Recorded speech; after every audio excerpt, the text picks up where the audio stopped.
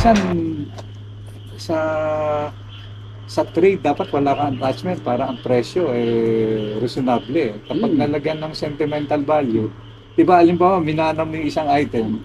Kapag minana, nagkakaroon ng sentimental value na hindi naman relevant sa buyer. Ang sa buyer ay yung presyo as an item. Oo. Hindi dahil minana mo na ganito.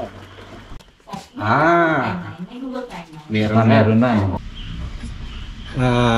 Kasi Angelo, pag-isipan ko hanggang Okay. bukas ng umaga. Hanggang bukas ng umaga. Oo. Sige, nako. Hindi ako makakatulog kaya ako nito. Ako si Angelo Bernardo. Welcome sa Dekada Collectible Show. I-feature namin dito ang mga coins, collectibles, vinyl records, toys, books, antiques na dumadaan sa amin. At mag-interview din kami ng mga collectors and dealers. Siyempre, hindi mawawala ang ating mga picks at mga pasyal na may kinalaman sa collectibles. Tara, pasyal tayo! Di ba, siyempre marami kayong guests dito. Maraming meron ba sa inyo na, uy, biling ko na lang to. Yes, Meron kung ba? minsan may na-chechen pong nagtatanong. Pero ang usual na sagot ko, hindi ako dealer. Namili ko hindi para i-resell. Collector kayo. Kinokoleksyon ko. Ibig sabihin, kursunada ko yung isang item. May personal satisfaction ako pag nakikita ko siya. Parang gano'n. So, may mga nagtatanong. So, yun ang usual na sinasagot ko. Okay. As of now, hindi. Except for one. May isang item ako na isang lumang sewing machine. Kasi kadalasan yung Singer Ito, older than Singer, Spanish time. So, nagkaroon ako nung ganon. Ano tatak niyo, sir? I'll try to recall kung parang may Perla or something yung pangalan niya, no? Kung Perla, parang Philippine made ba yan? Spanish Spanish made. Spanish made And yung isang collector, halos lahat daw meron siya, except yung item na yon. Okay. So itinuro sa kanya kung saan ko nakuha yon. Tinuro na, meron ako ngayon, nabili ni Mr. Amistad. Siya nyo kausapin. Niligawan ako ng taon. Ilang tatanungin ako, baka naman ganito. May excess na may mga maganda rin naman akong sewing machine na pwede kong pampalit. Ang sa kanya, kung kukusanadahin mo yan, ang presyo niyan ganito. Sabi, kinagat Kinagat. Kinagat. Nagpresyo ka. Nagpresyo ko. Kinagat niya. Kinagat niya. Hindi ko kailangan kakagatin. Ibig sabihin, siguro dahil yun ang kulang na lang sa koleksyon niya. So, yun lang ang alam kong item ko na Okay. Pareho, lilipat tayo in 5 minutes. Last question muna. Gaano importante sa inyo yung Pepsi cooler? May sentimental value din siya kasi karamihan nung nakikita ko nung Coke yung cooler. Okay. Coke. Tapos nung nakita ko yung Pepsi, actually nabili ko yan sa, hindi ko nagkakamali, Laguna Laguna. May isang parang hindi naman siya dealer, siya yung namimili tapos may pinagdadalang dealer. Okay. Kaya kung sa kanya ko kukunin, reasonable yung presyo. Reasonable yung presyo. Kaya naman nabili ko yan ng reasonable ang presyo. Tapos marami nakakapansin pag andito mga bisita, oy, pag yung mga lalo na yung mga may edad na inabot nila na ginagamit yung ganung cooler. Meron kayong cooler ng ng Pepsi, parang gano'n. Kako ganito istorya yan. Yung pinakuha. Okay. So, sa inyo, anong presyong papakawalan? Pwede niyo siyang pakawalan? Kung papakawalan, if ever. Sa totoo lang, hindi ko pa napag-isipan ng parang pag bibiglain,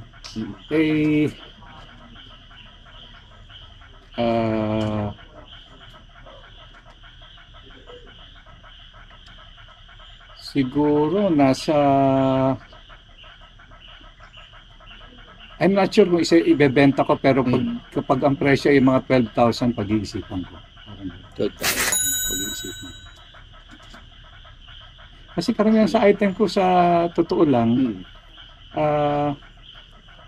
Yung iba, like yung barber's chair, you know, ang daming nagkakahilig doon. Baka kursunada kong i-dispose. Sabi sa akin, magkano kuha nyo dyan?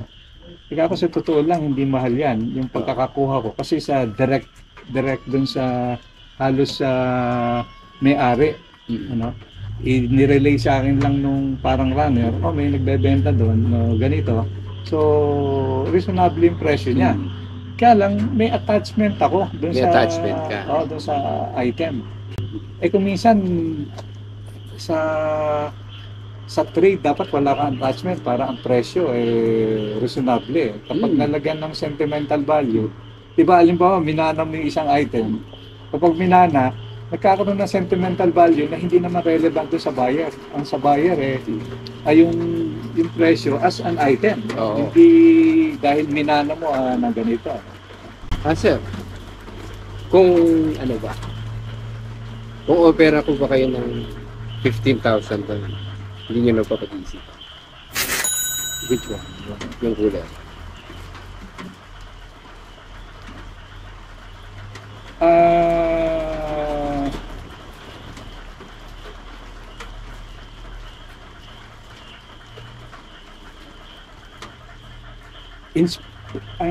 Inspectionin mo rin. Tignan mo rin yung condition mo. Hindi siya 100% So, tignan mo rin muna. Tapos, anuhin mo ko kung talagang interested na sa condition pwede nating sige. Kung sabihin yung oo, sige, tingnan mo. Tapos, kukonfirm ko kung okay. Bakit cooler? Collectibles yung linya ko talaga yung mga collectibles. Actually, mas collectibles ako. And ang linya ko talaga mga bote. Kaya alam mo ang alam ko yung history may significance yung bote or hindi. Alam ko, yung linya ko yung bote, alam ko yung bote.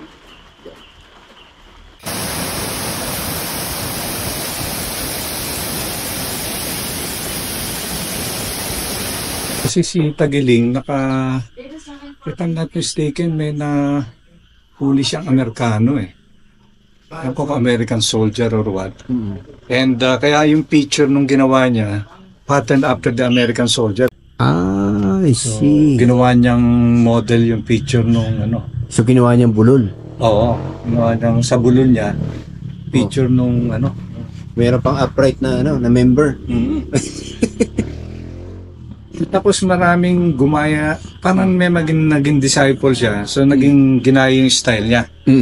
Pero yung isang kilalang I forgot the family name, Ed din siya, according to him, do sa article, he can distinguish kung gawa ni Tagiling o gawa nung mga parang disciples niya.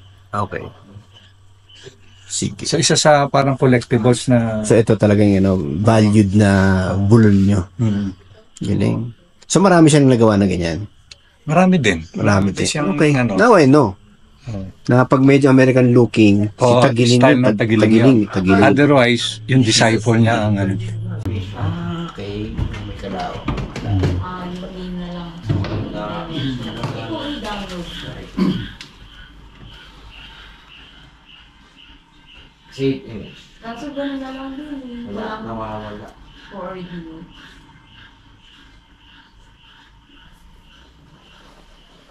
Walang butas. Tingnan mo lang ilalim. Hindi ko na pansin. Yung kinuha ko, wala. But tingnan mo na lang. May Google Timeline. Meron Meron.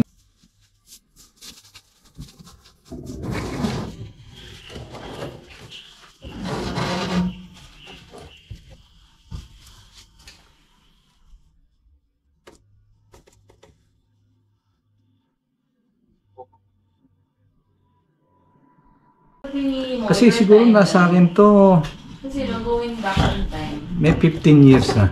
15 years. 15 years sa akin. Na ano siya? Mukhang Mukhang humidity rin yung ano nito. Ha? Humidity yung naging But tama yung suggestion mo, dapat may humidifier. Humidifier. Oh. Humidifier, lalo doon sa loob ng... Ayun o. Kasi even yung ano ko, yung Akyat Yung mga relo? sa Mm. ulang-ulang. kasi sira agad eh. Okay. So, ito yung marker. Oo, so yan yung ginagamit ng mga native sa Ifugao para ilagay kung hanggang saan ang boundary ng property nila. Oh. And so ito, kailangan dahil exposed sa element, sa ulan at araw, kailangan matigas na kahoy talaga ang gagamitin mo. So, ito. So ito mulabi Mulabi to. Mulabing ano kaya mabigat siya eh. Okay. Kaya tumagal eh. Tapos may alam din sa sculpture yung gumawa. Kasi pati yung ipin usually, hindi ko nakikita yung gumawa ng ipin. Hindi lang namin minsan Yung bulol. So, pag ganyang matangkad, property marker sa usually. Hindi talaga bulol. Hindi. No? Ibang Sige. purpose, ibang gamit niya eh. Sige, so may idea na rin ako dun sa sa akin kasi meron din ako maliit, mga ganyang kaliit. Pero matangkad siya. Sabi ko, unusual to para maging bulol. So baka nga property marker din yun. Pero ngayon yung culture ngayon ng Pilipinas iba na with regards to antique and collectible. Oo. Yan. Marunong na. Halos lahat. Well, yun nga, may advantage at saka may disadvantage. Oo. Ang advantage, na-preserve yung gamit. Disadvantage, kung magpipikan, dami mo ng kalaban. So ito rin sa nasasabi niyo property marker. Oo.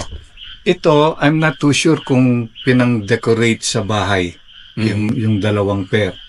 Okay. So, kasi yung mga bulol, like, ito yung dancing bulol, ginagamit din sa ceremony eh. Itong dancing, ano. Okay. Ito parang marker din. Hindi, ito sa bahay ginamit, itong peg na to. Hindi katulad na wala yun sa ulo. Kaya ngayon, parang nagiging ano na rin siya, marami nagkakahilig. Yung primitive art. Primitive art ng ang tingin nila na either African or dito sa Asian. Kaya sa atin, napasama yung mga buloy. Marami ako nakikita mga African din na nandito. Nandito. Surprisingly, tataka ba? Bakit nandito to? So mukhang yung mga biyahe sa Africa, ginagawang souvenir yun. Siguro mura lang din na nakukuha doon. Well, nandun pa rin sa isip ko yung ano, yung Pepsi cooler. And tama nga pala, thank you, pinoint out nyo na tingnan ko muna yung condition. So, may alam kasi ayoko naman nung, di ba? Merong ano siya. May hindi siya pristine ano eh. Hindi siya pristine condition. Pristine condition. Okay.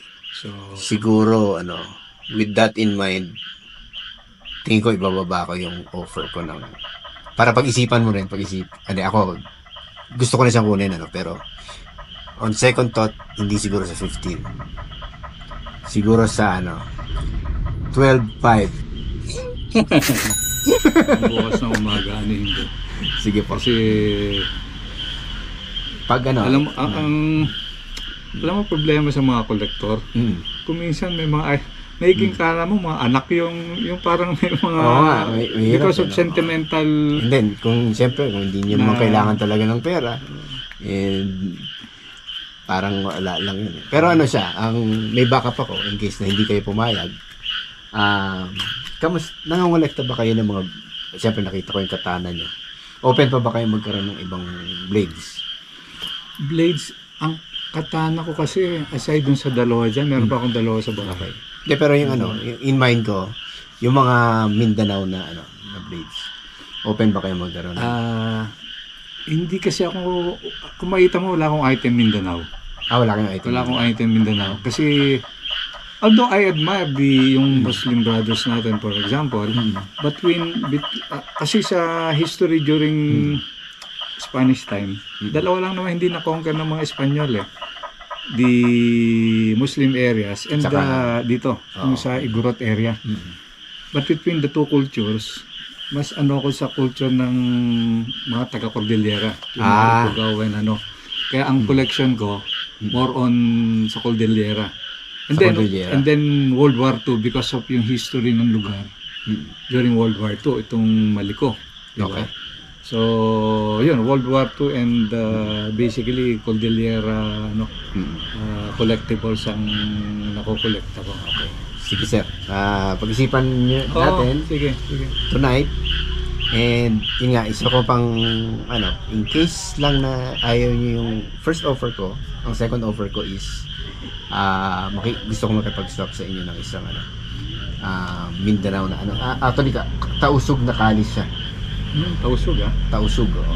Hindi siya Chris yung Chris kasi pa-wave ito diretso. Diretso.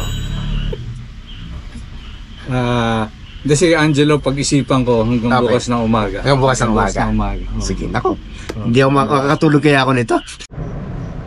Dapat may reference ka, makakita tayo pagkaya. Mamaya, bibili ako niyan pag nandiyan pa.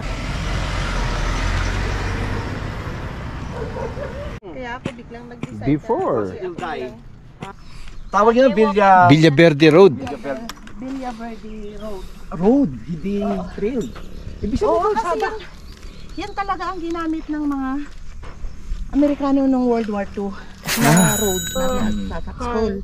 Kaya nung 1970s na maliliit pa kami, pumarito ang mga Hapon. Inutusan nila ang mga tao rito na hukayin yung mga Baka may mga natitirang Oo. labi. may mga kaya iba't ibang kagamitan nila ang mga nahukay, mga helmet. Nahuli ako ng ilang dekada dito. Kaya doon ko nakita yung mga tinatawag nilang pikbong na weapons noon. Pero wala na kasi bininta ng mga tao noon. Mga bumibili ng mga bakal-bakal. Oo. Per kilo ang labanan. Yeah, hirap no? Per kilo eh, no? Kung ngayon sana na alam namin na kailangan i-preserve ang mga yon. Hindi sana dapat sa inyo yun kailangan. Yes, mula ulit. Woo!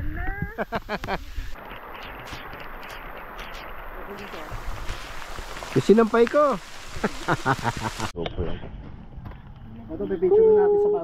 Kamote donut. Pagbilan.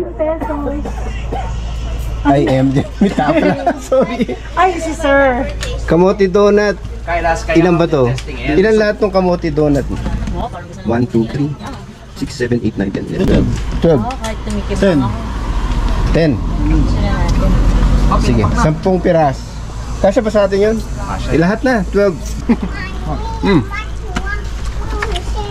Kamote donut. Tastes like kamote. Feels like a motor. The musical fruit.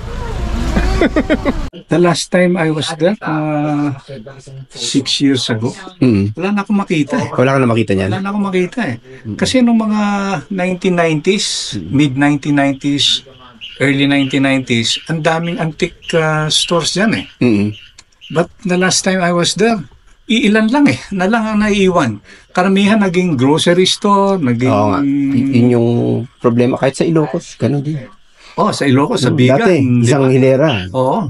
Ngayon, wala. Corona Isa na lang. Isa o dalawa. Oo, iilan na lang eh. Anong key nyo? Bakit kayo na lang yung nag-survive yata? Iba, puro souvenir shop na. Ganda. Tapos ito, sketch. Ano lang, yung mga poster. Okay. At yung isa, old 1958 na Car plate. Oo, right, 1958. 1958 ako pinanganak. Kaya kinuha ko. Yan yung Tapos 75, ang bahay namin 57.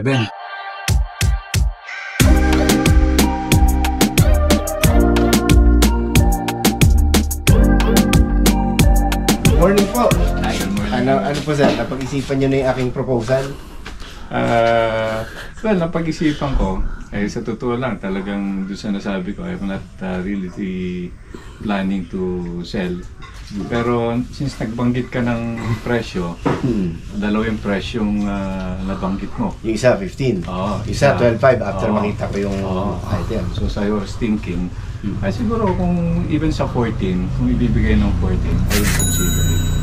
14. Sa 14. Sige, pag 14 sir, pwede ko na siyang iuwi. Oo, maski naman sa mga salaw ko eh. Ay, naku, hindi sir, wala na sa kailangan huwag sa inyo. Actually, i-second ka lang na binentahan ko ng isa sa mga possession ko. Wow, Yung thank isa, you, sir. yung isa dahil nakita ko talagang parang iba-value niya. Mas mataas ang value niya doon sa item kaysa sa akin. So parang a way of helping him out. ma-fulfill yung ano niya.